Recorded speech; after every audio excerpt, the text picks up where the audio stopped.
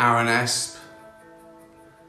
Back to the Beginning, used as the final track on episode 1, series 3 of Afterlife.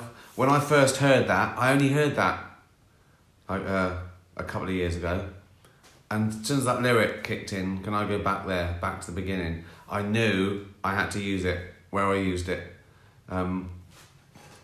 It just seemed to fit so well that he just wanted it to start over again, and he couldn't. Hello, welcome to some more absolute bollocks. Leopold and Loveday. Tony seems to find his purpose in Afterlife 3. What do you see your primary purpose for this life to be? Well, I know what you're asking. It's always been to make the most of it, and we're just big blobs of meat that have to experience everything we can. We're experience machines. You know, everyone's quest is to feel good. And sometimes and Tony finds that he only feels good now. He tried everything. Tried violence, drugs, drink. And the only thing that, no spoilers, but he found the only thing he can feel good is to make someone else feel good. That's obviously should be everyone's purpose. I think mine, if I had one like that, would be animal welfare. That's what I want to do, really. I always have, but I've got more power to do it now, and that'd be my proudest legacy on my gravestone. You know, animal activist would probably trump comedian. Gunnar, can you say some nice words for the passing of our car, Alison? So that's a dog asking me to say some nice words about the death of a car called Alison. So that's where we've got to. I think, never mind my comedy or my animal activism, but I think I should get an award for talking to cats and dogs. I've said it before, you will not get George Clooney doing this. And I stand by that. Well, I'm very sorry about the death of your car, Gunnar. R.I.P. Alison, the car. I want to keep saying that so people don't think I'm actually talking about a person. I'm laughing on flippant. If they just tuned in and I'm laughing about the death of Alison. Alison is a car, okay? And an animal. And Gunnar is a dog. So let's get that clear straight away. Good. Lorraine, where did the inspiration come from our... Mind the way, I've got millions of questions as well. I try and leave it as late as I can, so some people don't get the chat. So I'm not going to get to all of them. So I apologise already. I might sort of conflate some to give you like a frequency asked questions, because I can't answer everyone. But the inspiration for Afterlife came... I was on tour about 2017, and I remember I felt guilty because I was only like working an hour a night. I mean, I was playing arenas, but I thought I've got my days free, so I should do a new show.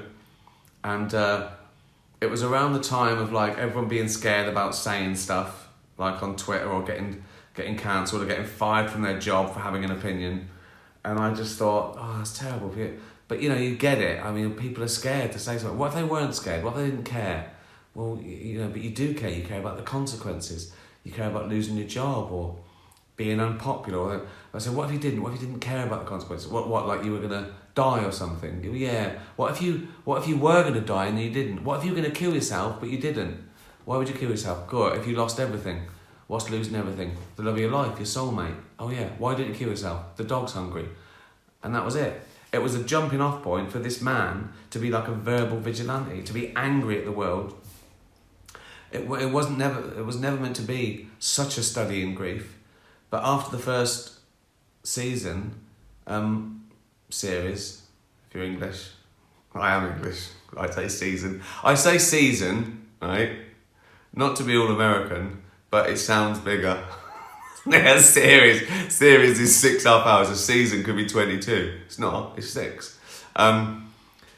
After people would come up to me and say they identified with it and they were grieving, and I realised that everyone was grieving, and then I thought I had to treat it respectfully. So that's why I didn't snap out of it and all that.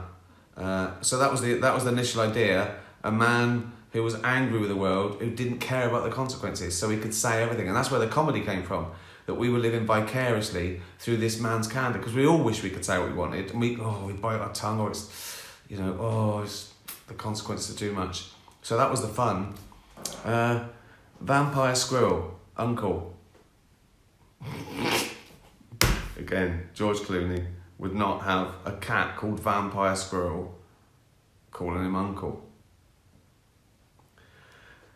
Uncle. I like it.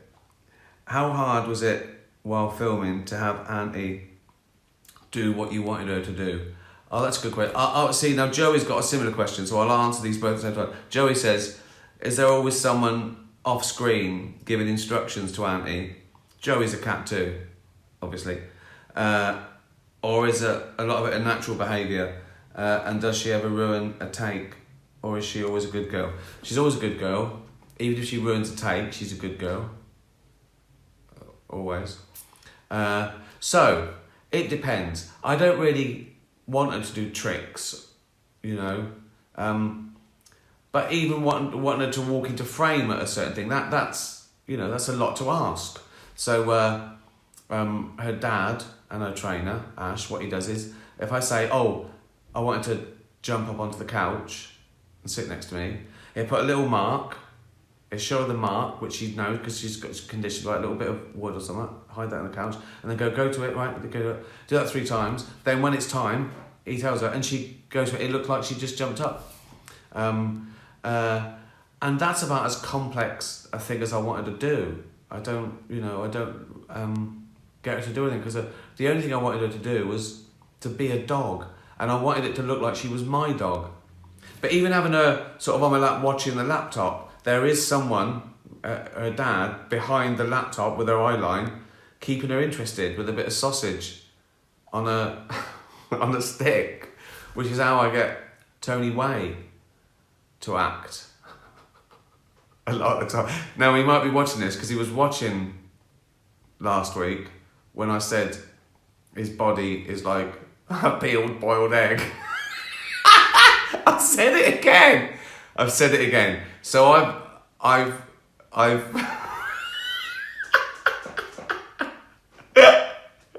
emphasised the fact that his body is like a peeled boiled egg, and now I say he acts for sausages on sticks.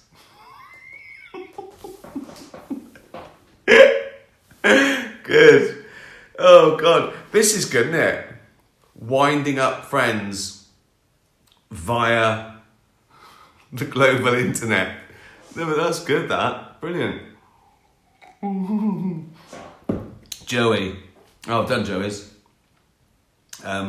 Yeah, so that's and lots of, frequently asked questions about Auntie. Real name, Antilly the Wonder Hound. How old is she? 10, 11 in a couple of months. How did I meet her?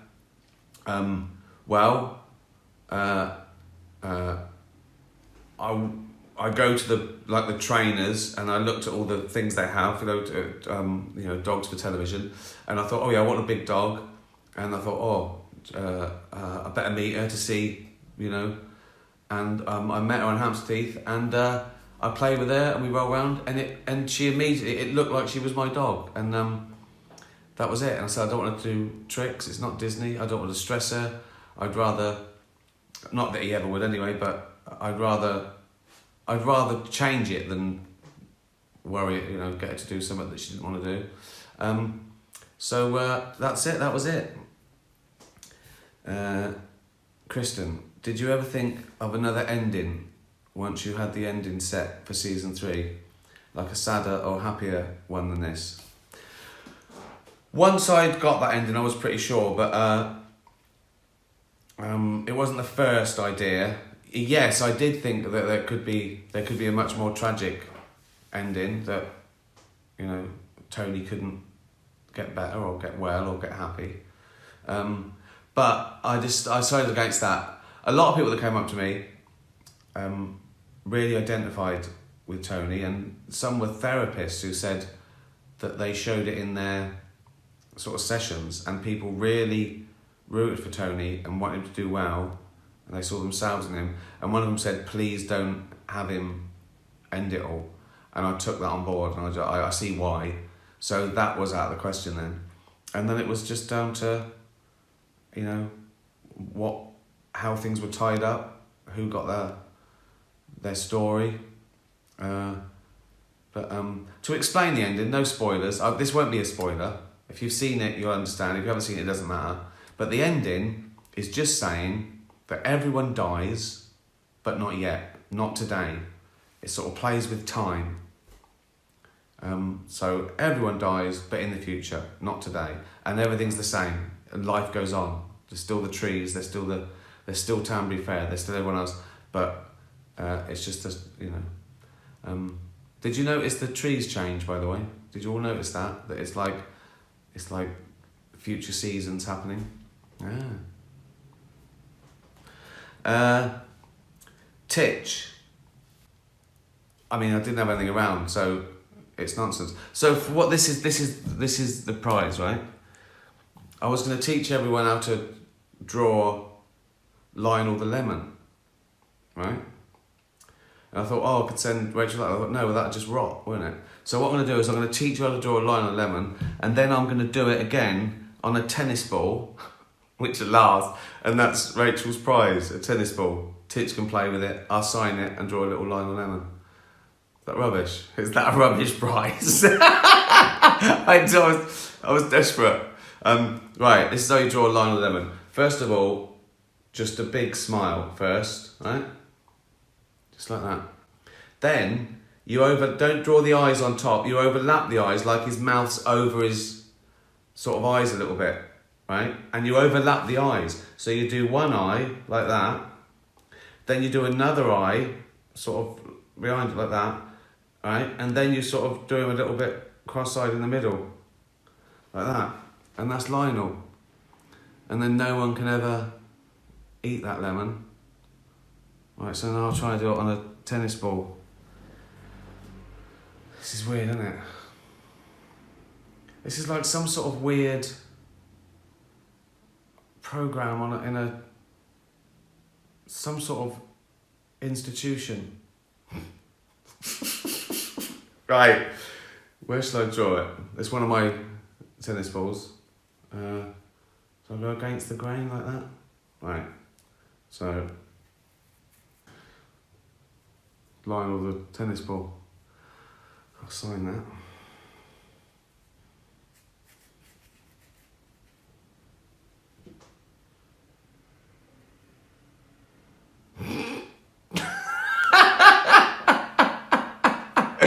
Great.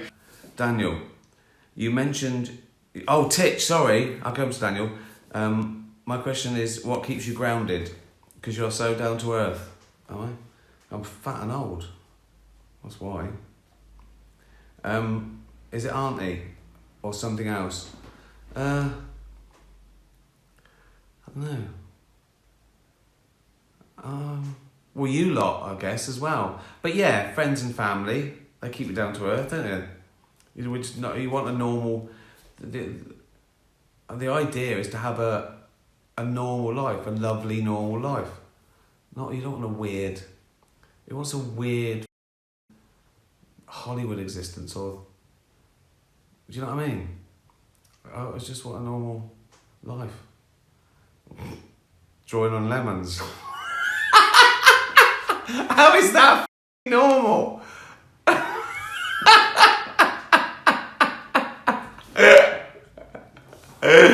Oh God. Oh. Yeah, I don't know. You want to be treated normally, don't you, really? That's the secret. Daniel, You mentioned you have a few ideas at the moment for your next Netflix project. So would you consider these new ideas to have a similar structure to your previous work, or would it be something completely different? And would you still write, act and direct? I think so. I think I still write, act and direct. It would be similar. It's not going to be so mad. It's not going to be like a silent sketch show or something like that. It'll be some sort of narrative comedy thing, whether it's fake documentary or I Are God or traditional sitcom or weird sitcom. But I think, I do like that, half hour, 6 eps type thing. I've got it down to 2. I've got it down to 1 now, I think. But yeah, and Daniel, cheers for all those clips you keep. I know you're probably ripping them illegally. Netflix aren't watching, don't worry. But keep up the good work. It's brilliant. I don't know how you do it. But yeah, it helps me because I wouldn't know how to do it, so I can just sort of retweet your thing you did. This is breaking the law. The FBI. It was Daniel. I told him not to. So, sorry, mate. Sing like a canary. This is Danielle, not Daniel. Danielle. If you could only choose stand-up, writing, acting, or directing, what would you pick? Oh, an order of preference. Oh, that's so difficult. Because I sort of lump in the writing, acting, and directing as one thing, if you know what I mean. Even though different disciplines.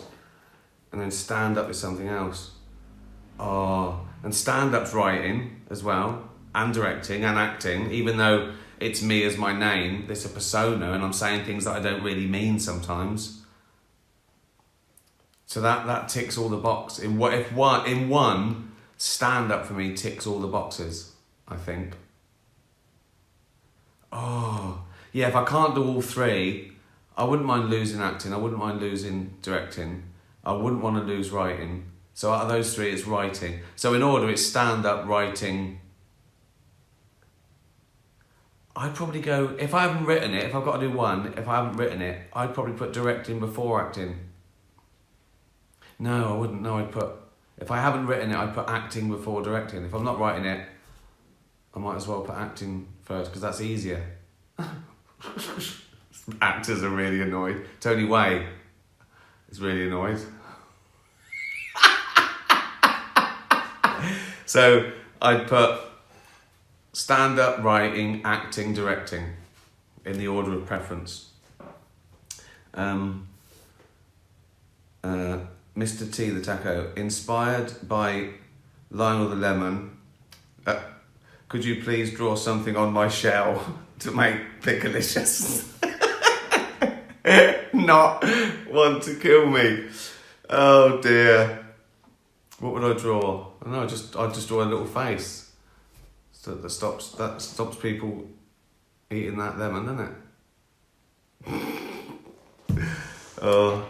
Yeah, I've been talking to cats and dogs, but I just talked to a stuffed cat toy.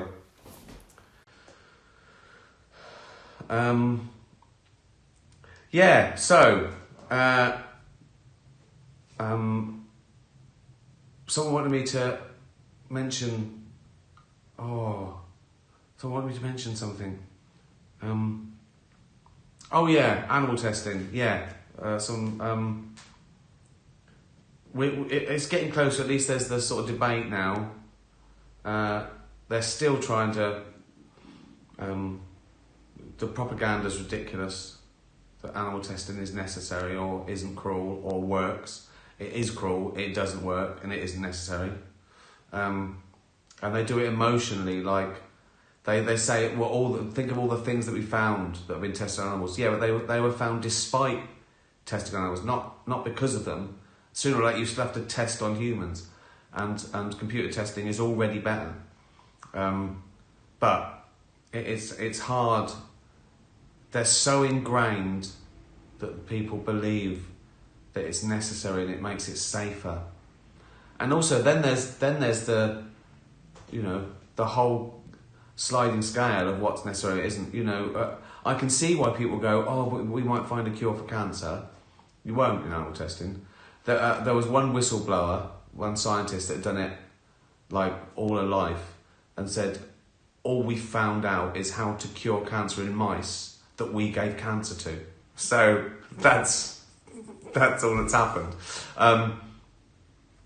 So yeah, well, you know, finding a cure for a killer disease is one thing, but doing it for soap and mascara, I mean, that's mental. You're torturing fucking rabbits. You're putting dripping things in rabbits' eyes that are held in position. They're bred for that. Then they're held in position all their miserable life and basically tortured. So a shampoo doesn't sting. Now. So yeah, well, it ended badly, didn't it? I'll show you Line of the Lemon again. Ended on a sour note. Brilliant. So thanks for watching. Keep watching. Watch it again. The viewing figures are gonna. Everyone who just watched it, just leave it on.